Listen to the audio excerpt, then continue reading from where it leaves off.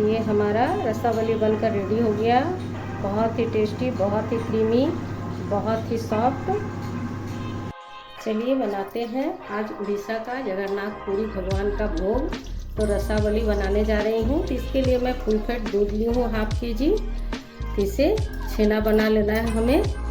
कभी गैस में नहीं ऑन की हूँ, तो गैस पहले ऑन कर लेती हूँ। ये रसावली भोग 56 भोग में आता है। जगन्नाथ भगवान का ये भोग है जो 56 भोग के अंदर आता है। तो तरह तरह के जगन्नाथ भगवान का भोग लगता है। तो चलिए आज उसी मिठाई को बनाएंगे, रसावली। इसके लिए मैं दूध को उबाल लेती हूँ पहले। तो हमारा दूध में उबाल आ चुका है। तो मैं 2 चम्मच के लगभग विनेगर ली हूँ और थोड़ी सी पानी डालूँगी, 2 चम्मच के लगभग। इस तरह से विनेगर या नींबू का रस भी लेकर आप इसे दूध को फाड़ सकते हैं। तो चलिए मैं दूध में थोड़ी थोड़ी करके डालूंगी, तो हमारा दूध इससे फट जाएगा, छेना बन जाएगा। तो थोड़ी थोड़ी करके डालना है।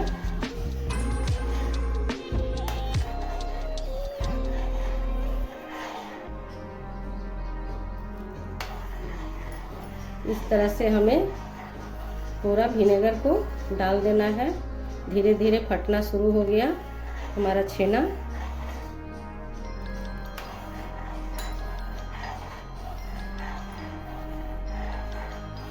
इसी तरह चला लेना है। गैस का आंच कम कर देना है। फ्लेम को कम करके हमें विनेगर को डालना है। तो ये देखिए हमारा दूध फट चुका है। तो थोड़ी सी बच गई है। तो बस हमारा दूध और पानी अलग हो गया है। इसे मैं एक बर्तन में निकाल लेती हूँ। तो मैं एक नीचे बर्तन ले ली हूँ और जाली का एक ये रख दी हूँ छानने वाला, और इसी में मैं छेना को डाल दूँगी, सारा छेना को।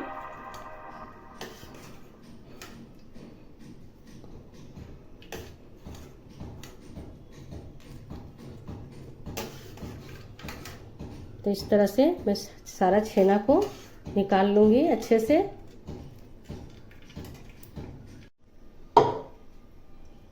तो इस तरह से हमें निकाल लेना है सारा छेना को।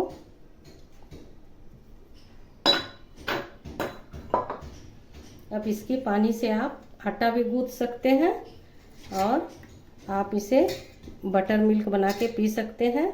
अब इस छेना को मैं थोड़ा धो लूँगी ताकि इसका खट्टापन चला जाए। तो छेना को मैं साफ पानी से धो लूँगी अच्छे से।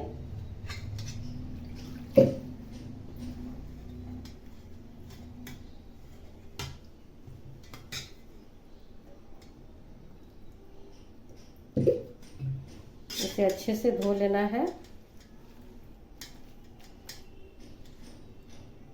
इस तरह से हमें निचोड़ लेना है छेना से सारे पानी को।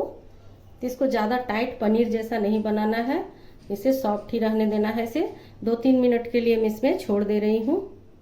तो चलिए इसी कढ़ाई को मैं धोकर राबड़ी बना लेती हूँ रसावली का। तो इसमें मैं ½ लीटर दूध ले रही हूँ।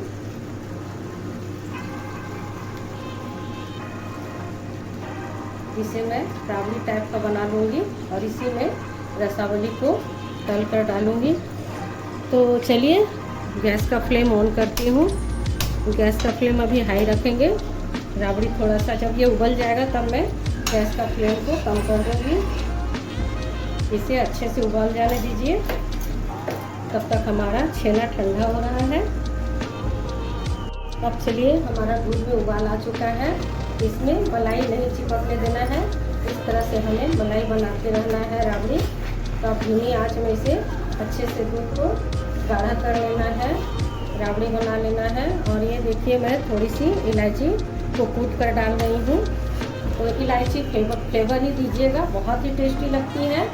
तो इस तरह से हमें राबड़ी बना लेना है। इस तरह से मलाई को हटाते हटाते हमें बीच में लाकर इसे अच्छे से चलाते रहना है। तो हमारा अच्छा सा राबड़ी बन जाएगा। इस तरह से हमें अभी धीमी आंच में इसे धीरे धीरे पकाना है। चीनी मैं बाद में डालूँगी। हमारा दूध धीरे धीरे गाढ़ा होने लगा है, इसी बीच मैं स्वाद के अनुसार चीनी डाल रही हूँ। तो आपको जितना मीठा पसंद है आप उस तरह से डालें। मैं दो 2-2.5 चम्मच के लगभग चीनी डाली हूँ। तो आप चाहे तो आप कम भी डाल सकते हैं, ज़्यादा भी डाल सकते हैं अपने मीठे के अनुसार। तो इस तरह से चलाते जाना है। अब मैं थोड़ा फ्लेम को हाई करके सुखा लेती हूँ, क्योंकि मलाई और ये सोंधापन आ जाना चाहिए राबड़ी में, तब इसका फ्लेवर और टेस्टी हो जाएगा। इसे मैं थोड़ा फ्लेम हाई कर रही हूँ, ऐसे सुखा लेती हूँ, हल्का और गाढ़ा कर लेती हूँ। ये चलिए हमारा राबड़ी बनकर रेडी हो गया। अब मैं गैस का फ्लेम को बंद कर रही हूँ। आप चाहे तो दूध को फुल फैट ले सकते हैं, मैं ऐसे ही क्रीम वाला दूध, हल्का क्रीम वाला दूध ली हूँ। इस तरह से राबड़ी बन गया है। गैस का फ्लेम बंद करती हूँ। अब इसे रखती हूँ साइड में। बोलते हैं ना, भगवान को भोग लगाना बहुत ज़रूरी है। तो भगवान को जो हम भी खाना बनाते हैं, उन्हें भोग लगाते हैं तो खाते नहीं है, लेकिन जो हमारा खाना बन गया है उनके नाम से भोग जो भी बन रहा है तो वो स्वीकार करते हैं इसके खुशबू को। इसीलिए बोलते हैं भोग लगाओ और भोगना मिटाओ।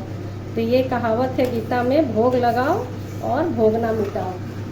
तो ये रसावली आज प्रभु को भोग लगाऊंगी। तो आज गुरुवार भी है। तो ये हमारा बन गया। अब इसे बंद करके रख रही हूँ। तो चलिए मैं छेना को निकाल ली हूँ। तो इसमें रिकॉर्ड नहीं हुआ था, तो फिर से मैं दिखा रही हूँ। तो मैं 1 चम्मच के लगभग मैदा ली हूँ और थोड़ी सी बेकिंग सोडा ली हूँ, थोड़ी पिसी हुई चीनी ली हूँ। तो ज़्यादा मैं चीनी को नहीं पीस पाई, लाइन चला गया था इसीलिए। और थोड़ा सा इलायची का पाउडर ले लूँ। अब इसे अच्छे से हमें गूँथ लेना है, एक डो का जैसा। इसे अच्छे से गूँथना है, आटा का जैसा।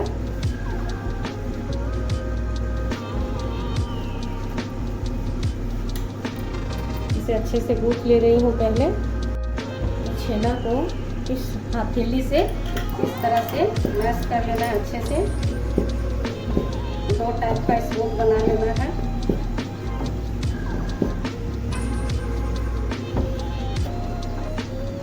दो 3 मिनट तक इस तरह से सान लेना है अच्छे से छेना को।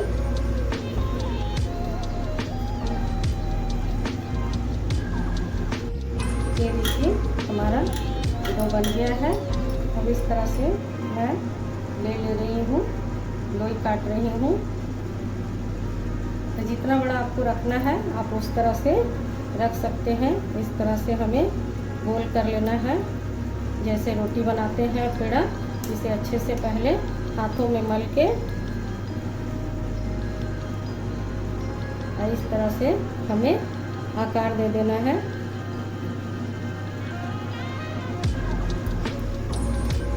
एक और बना के दिखा रही हूँ।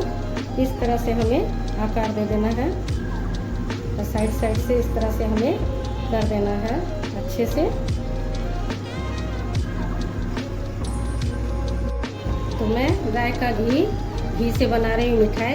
बोलते हैं मिठाई घी से बनता है तो बहुत ही टेस्टी लगती है। तो मैं गाय का घी डाली हूँ। ऐसे अच्छे से गर्म होने देना है हमें और एक एक करके रसावली को डालना है। हमारा घी गर्म हो रहा है अभी, तो फ्लेम को कम कर दी हूँ और रसावली को डाल रही हूँ धीरे धीरे।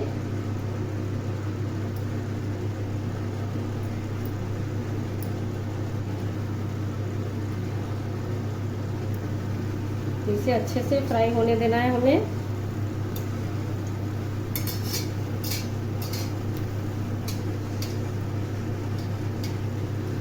आप ऐसा में तले जो चिपके ना। तो चलिए रसावली को पलट लें। इस तरह से धीरे धीरे पलट लेना है।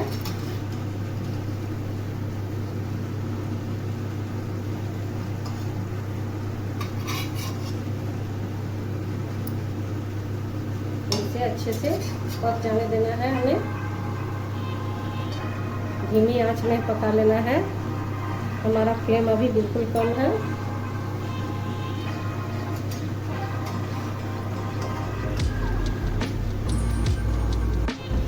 तरह से 2-3 मिनट तक हमें अच्छे से उलट पुलट कर पका लेना है। देखिए हमारा ये मिठाई फूल भी रहा है अच्छे से, बहुत अच्छा फूल गया है।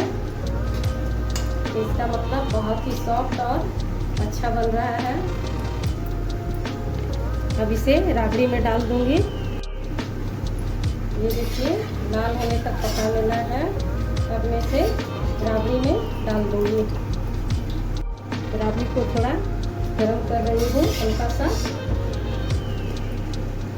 और मिठाई इस तरह से हमें डाल देना है।